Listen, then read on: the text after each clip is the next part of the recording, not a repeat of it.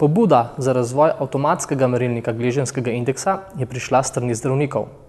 Medicinska naprava se uporablja za diagnozo periferne arterijske bolezni, torej ugotavlja stopnjo zožitev žil v spodnjih okončinah.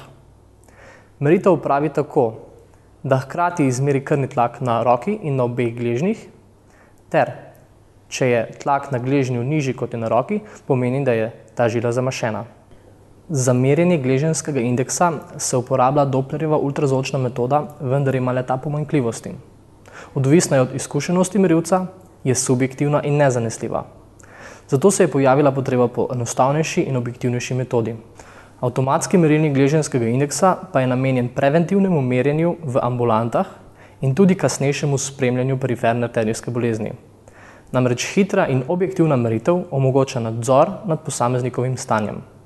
Podjetje Mesi sledi sloganu Simplifying Diagnostic z željo poenostavitve, zmanjšanja časa namenjenega diagnosticiranju in podpori procesu z natančnimi rezultati.